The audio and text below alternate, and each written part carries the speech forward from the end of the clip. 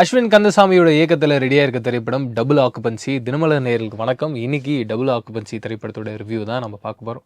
படத்தோட கதை என்னன்னு பார்த்தீங்கன்னா, ஓப்பனிங்லேயே ஒரு அப்பா அம்மாவுக்கு ஒரு குழந்தை பிறக்குது. அந்த குழந்தை பிறந்து ஒரு சில நிமிஷங்களே இறந்துடுது. அப்போ அந்த அப்பாவுக்கு ரொம்ப மனசு கஷ்டமாயிடுது. என்னப்பா, நான் சாமி கும்பிட்டு வந்தேன், அந்த இடத்துல கண்டிப்பாக உன்னோட நம்பிக்கை காப்பாற்றுற மாதிரி இந்த சாமி நடந்துக்கும் அப்படின்ற மாதிரி சொன்னாங்க. ஆனால் இப்போ என் குழந்தை இறந்துடுச்சு. இதுக்காகவா 10 மாதமாக என்னுடைய ஒய்ஃப் சுமந்து இந்த குழந்தைய பெற்றாங்க. இத்தனை வருஷமாக எங்களுடைய லைஃப்பில் இப்படி ஒரு குழந்தைன்னு ஒரு விஷயமே நாங்கள் ஏங்கிக்கிட்டு இருக்கோம். அப்படி ஒரு விஷயம் கிடச்சிருச்சுன்னும் போது சந்தோஷப்பட்டோம். அது இப்படி நடந்துருச்சு அப்படின்னு ஃபீல் பண்ணுறாரு அந்த அப்பா கேரக்டர். அப்போ என்ன நடக்குதுன்னா, ஒரு பயங்கரமான ஒரு மின்னல் வெட்டுது. அந்த இடத்துல ஒரு மேஜிக் நடக்குது. அந்த குழந்தைக்கு உயிர் வருது.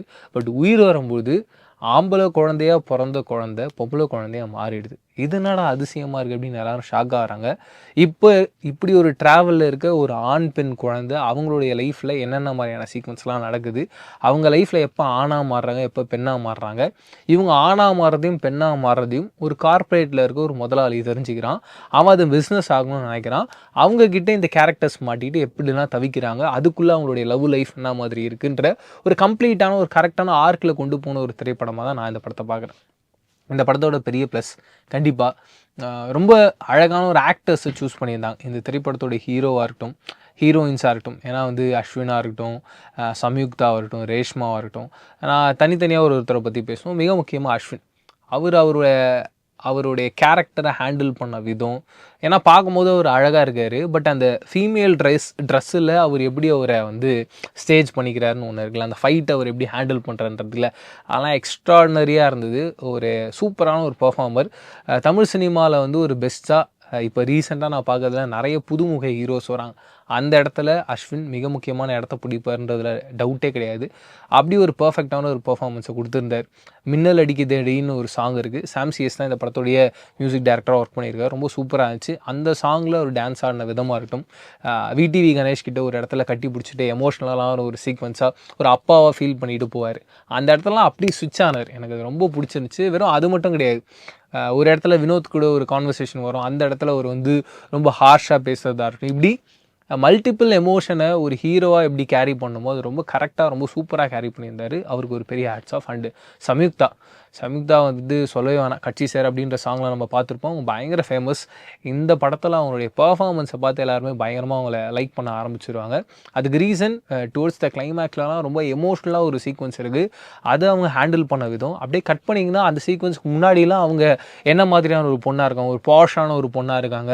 அவங்களுக்குன்னு ஒரு ரொம்ப பாஷான காஸ்டியூம்ஸ், அந்த காஸ்டியூம்ஸை அவங்க எப்படி கேரி பண்ணுறாங்க, அவங்களுடைய ஆட்டிடியூட் என்னவா இருக்குது, அதை எப்படி அவங்க ஹேண்டில் பண்ணுறாங்கன்னு ஒரு ஆர்க் இருக்குல்ல, அது ரொம்ப பர்ஃபெக்டாக ஒன்று பண்ணியிருந்தாங்க. ஒரு சில ஹீரோயின்ஸை பார்க்கும்போது இவங்க சூப்பரான ஒரு ஹீரோயின், கண்டிப்பாக தமிழ் சினிமாவில் இன்னும் ஒரு லாங் ரன் வருவாங்கன்னு ஒரு நம்பிக்கை ஒன்று க்ரியேட் ஆகும். அப்படி ஒரு ஹீரோயினாக அவங்க இருந்தாங்க. ரேஷ்மா, அவங்கள நம்ம நிறைய திரைப்படங்களை பார்த்துருக்கோம். இந்த படத்துலையும் அவங்களுடைய பர்ஃபார்மன்ஸ் ரொம்ப அழகாக இருந்தது. அண்ட் வினோத் எந்த கேரக்டர் கொடுத்தாலும் ரொம்ப சூப்பராக பண்ணுவார். அண்ட் இந்த படத்துலையும் ஒரு ஹைப்பர் ஒரு லெவலில் இருக்க ஒரு கேரக்டராக இருக்கார். அந்த கேரக்டரை ரொம்ப அழகாக ஹேண்டில் பண்ணியிருந்தார். அண்ட் இந்த திரைப்படத்தோட சினிமாட்டோகிராஃபராக இருக்கட்டும், எடிட்டராக இருக்கட்டும், எல்லாருமே இந்த கதைக்கு என்ன தேவையோ அது சூப்பராக ஒர்க் பண்ணியிருந்தாங்க. அண்ட் இந்த படத்தோட கிராஃபிக்ஸ் டீம் எனக்கு ரொம்ப பிடிச்சிருந்தது. அதுக்கு ரீசன் என்னன்னா, அந்த டிஎன்ஏ மாறுற மாதிரியான ஒரு சீக்வன்ஸுக்கு ஒன்று கிராஃபிக்ஸ் பண்ணியிருந்தாங்க, அது பிடிச்சிருந்தது.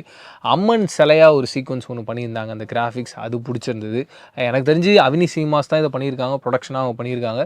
சுந்தர்சி சாருடைய டீம் தான் இதை பண்ணியிருக்காங்களோன்னு தோணுச்சு. ஏன்னா அவுட்புட்டு அவ்வளோ சூப்பராக இருந்துச்சு.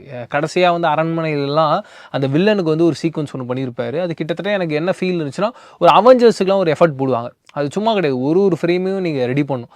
அப்படி ஒரு எஃபர்ட் இருந்தது. இந்த படத்தில் அப்படி ஒரு எஃபர்ட் இருந்ததை நான் பார்த்தேன். வெறும் அந்த கிராஃபிக்ஸ் அம்மன் சீக்வன்ஸில் மட்டும் இல்லை, ஒரு இடத்துல வினோத் நடுக்கடலில் போய் ப்ரப்போஸ் பண்ணுற மாதிரி இருக்கும். அங்கங்கே போட்ஸோடைய லைட்ஸ்லாம் எரியும். அந்த இடம்லாம் ரொம்ப தத்ரூபமாக பண்ணியிருந்தாங்க. அவங்க ஆக்சுவலாக அது க்ரீன் மேட்டில் பண்ணியிருக்காங்க. பட் ஆடியன்ஸாக எனக்கு உட்காந்து பார்க்கும்போது அவ்வளோ சூப்பராக இருந்தது. ஒரு பெரிய எஃபர்ட் அதில் தெரிஞ்சுது. அது ரொம்ப பிரம்மாண்டமாக பண்ணியிருந்தாங்க. அந்த கிராஃபிக்ஸ் டீம்ஸ்க்கு ஓவராலுக்கு ஒரு பெரிய ஹேட்ஸ் ஆஃப் சொல்லி ஆகணும். ரொம்ப பியூட்டிஃபுல்லாக இருந்தது.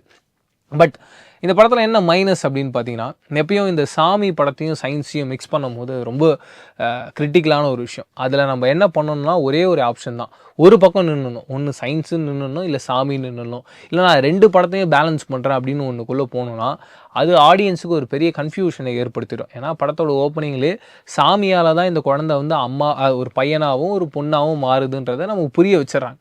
அதை சயின்ஸால் சரி பண்ண முடியும் அப்படின்றத ஒரு ஐடியாவே ரொம்ப ஒரு தப்பான ஒரு ஐடியாவாக இருந்தது. பட் அதை ட்ரை பண்ணுறாங்கன்றது ஓகே, அதை ட்ரை பண்ணி அது ஃபெயிலியர் ஆகுதுன்றத ஆடியன்ஸ் நம்புவாங்க. பட் அதை ட்ரை பண்ணி அது கம்ப்ளீட் ஆக்க முடியும் அப்படின்ற ஒரு எண்ணத்தை கொடுக்கறதா இருக்கட்டும், அதில் பெரிய அளவில் ட்ராவல் பண்ணுறதா இருக்கட்டும், அது இந்த கதையோட ஒரு பெரிய மைனஸ் பாயிண்ட்டாக நான் பார்க்குறேன். அண்ட் படத்தோட ஃபர்ஸ்ட் ஆஃப் அவங்க ஹேண்டில் பண்ண விதம், நிறைய காமெடி சீக்வன்ஸ் இருந்தது, நமக்கு ரொம்ப புதுசாக இருந்தது. ஒரு ஆம்பளை ஒரு பொம்பளை இடத்துல இருக்கும், ஒரு பொம்பளை ஒரு ஆம்பளை இடத்துல இருக்கிறதும் பயங்கர ஃபன் பிளாஸ்ட்டாக இருந்தது. அதே ட்ரீட்மெண்ட்டில் அவங்க செகண்ட் ஆஃப் ஹேண்டில் பண்ண விதம் கரெக்டாக இல்லையோ, அவங்க இன்னும் வேறு ஏதோ ஒரு கதைக்குள்ளே போயிருக்கணுமோ, இந்த கதை இன்னும் ஸ்ட்ராங்காக இருக்கணுமோ, வேறு ஒரு ட்ராக்குள்ளே போயிருந்தால் இன்னும் இந்த கதை பயங்கர மிராக்கலாக ஒர்க் ஆகிருக்குமோ அப்படின்ற ஒரு எண்ணம் படம் பார்க்கும்போது ஆடியன்ஸாக நமக்கு வருது. பட் என்ன இருந்தாலும் இந்த படம் ஸ்டார்ட் டு எண்ட் பார்க்கும்போது ஒரு பர்ஃபெக்ட் என்டர்டைனர் அப்படின்றதுல சந்தேகமே இல்லை. அஸ்வின் ரொம்ப பர்ஃபெக்டான ஒரு கம்ப்ளீட்டான ஒரு கமர்ஷியல் படத்தை கொடுத்துருக்காரு அப்படின்றதுல சந்தேகமே இல்லை.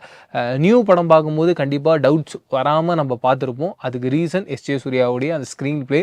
அப்படி ஒரு செகண்ட் ஹாஃபில் ஒன்று பேக் பண்ணியிருப்பார்.